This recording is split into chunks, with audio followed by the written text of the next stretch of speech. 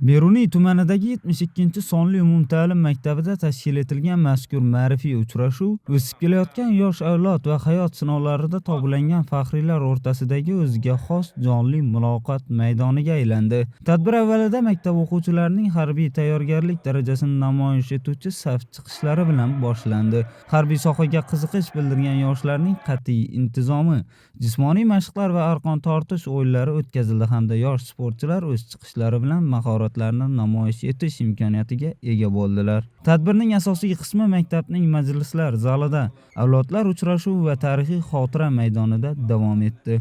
Bu yerda tashkil etilgan ochiq muloqotda faxriy harbiylar xizmat yillaridagi mashaqqatli sinovlar, harbiy qasamyodga sodiqlik va vatan himoyasining konstitutsiyaviy mas'uliyati haqida so'z yuritdilar. Xususan 1989-yil 15-fevral Afg'oniston hududida qo'shinlarning olib chiqilishi bilan yakunlangan 10 yillik nizoning tarixiy saboqlari va bugungi tinchlik naqadar oliy ne'mat ekanligi alohida ta'kidlandi. Kechaning eng hayajonli daqiqasi faxriy harbiy Bahrom Ito'ganovning taqdirlanishi bo'ldi.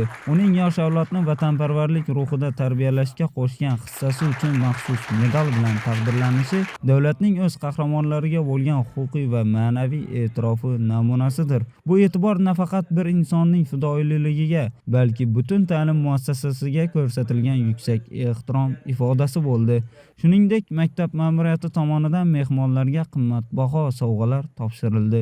Muloqotlar maktabning chaqiruviga qadar boshlang'ich tayyorgarlik xonalarida yanada amaliy mazmun kasb etdi. Faxriylar xonani ko'zdan kechirishdi, yaratilgan imkoniyatlar bilan tanishishdi. Shu bilan birga o'quvchilar bilan bevosita suhbatlashib, harbiy oliy ta'lim muassasalariga kirish tartibi va davlatimiz tomonidan yaratilgan keng imkoniyatlar yuzasidan atroflicha tushuntirishlar berildi. Tadbir yakunida alohida namuna ko'rsatgan bir guruh yoshlar faxriyorliklar bilan rag'batlantirildi. Bu kabi tadbirlar yoshlar ongida milliy g'urur tuyg'usini mustahkamlash barobarida ularning kelajakda professional harbiy kadrlar bo'lib yetishishida muhim omil bo'lib xizmat qiladi. Xulosa o'rnida aytish joizki, bunday ma'naviy ma'rifiy uchrashuvlar yoshlar qalbida vatanga sadoqat va harbiy burchga mas'uliyat tuyg'ularini mustahkamlashda muhim ahamiyat kasb etadi. Zero o'tmishning achchiq saboqlari va bugungi tinchlikning qadrini anglab yetish o'sib kelayotgan yosh avlod uchun eng ulug' tarbiya maktabidir.